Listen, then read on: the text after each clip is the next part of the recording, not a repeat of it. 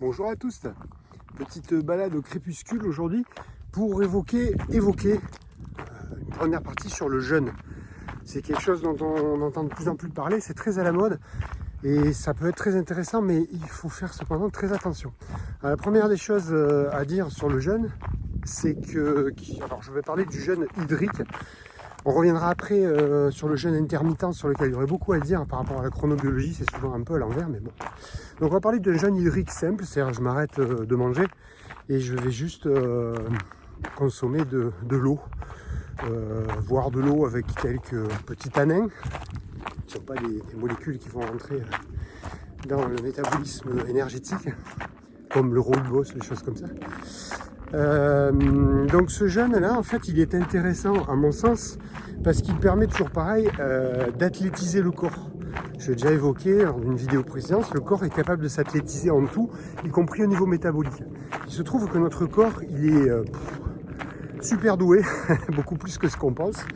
Mais malheureusement, notre mode de vie fait que on a tendance à le sous-utiliser dans beaucoup de secteurs, physiques, articulaires, etc. Évidemment, cérébral, des fois on se demande, et surtout aussi métabolique à travers ce qu'on mange. Alors le jeûne d'abord, si vous voulez jeûner pour maigrir, déjà vous oubliez tout de suite, c'est vraiment pas une bonne idée. On va voir pourquoi. Ensuite, ce qu'il faut savoir avant de parler du jeûne, c'est qu'il existe des acides aminés essentiels, c'est-à-dire ce qui vont faire les protéines. Donc c'est la brique élémentaire qui fabrique les protéines, les acides aminés. Donc on a, chez nous, humains, on a besoin de 8 acides aminés essentiels. 8 plus 2, on va dire 8 pour faire simple. On a besoin aussi d'acides gras essentiels, dont les précurseurs de la famille des oméga 6, le fameux acide alpha-linoléique, et le précurseur de la famille des oméga 3, l'acide alpha-linolénique, dont on a parlé dans une vidéo précédente. Mais à part ça, il n'existe pas de sucre essentiel, pour la bonne et simple raison que notre corps, à partir des deux premiers, est capable de fabriquer du sucre. Donc, le sucre, a priori, notre organisme peut faire sans. Et il peut tellement faire sans que lors d'un jeûne, on va commencer à se servir des protéines et des graisses pour refabriquer notre sucre et continuer, je dirais, à l'ancienne, à faire fonctionner notre corps avec du sucre. Cependant, notre corps, il est un petit peu comme une voiture en bicarburation. Il serait capable de tourner aussi à l'éthanol. Donc l'éthanol de notre corps, c'est en fait les corps cétoniques.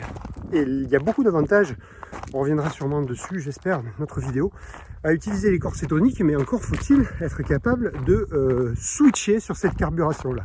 Il se trouve que si vous avez fait un jeûne, vous avez peut-être remarqué qu'au bout de 12, 24, 36, 48, 72 heures, on a un peu mal à la tête, on n'est pas bien pendant quelques heures. Voilà. En général, c'est le moment, ça signe en fait le switch de la consommation de corps cétoniques pour le fonctionnement de notre organisme.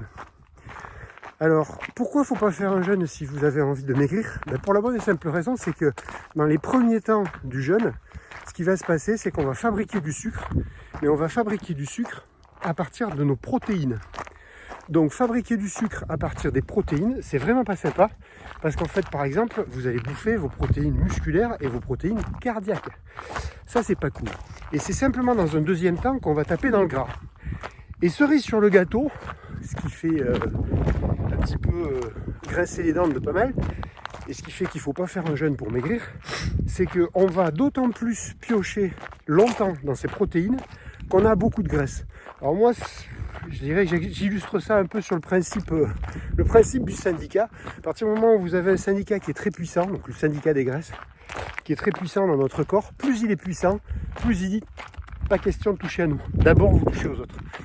Et en fait, dans notre corps, c'est ça. Donc, un obèse, quelqu'un qui est en surpoids, il va encore plus taper dans ses protéines que quelqu'un qui n'est pas en surpoids.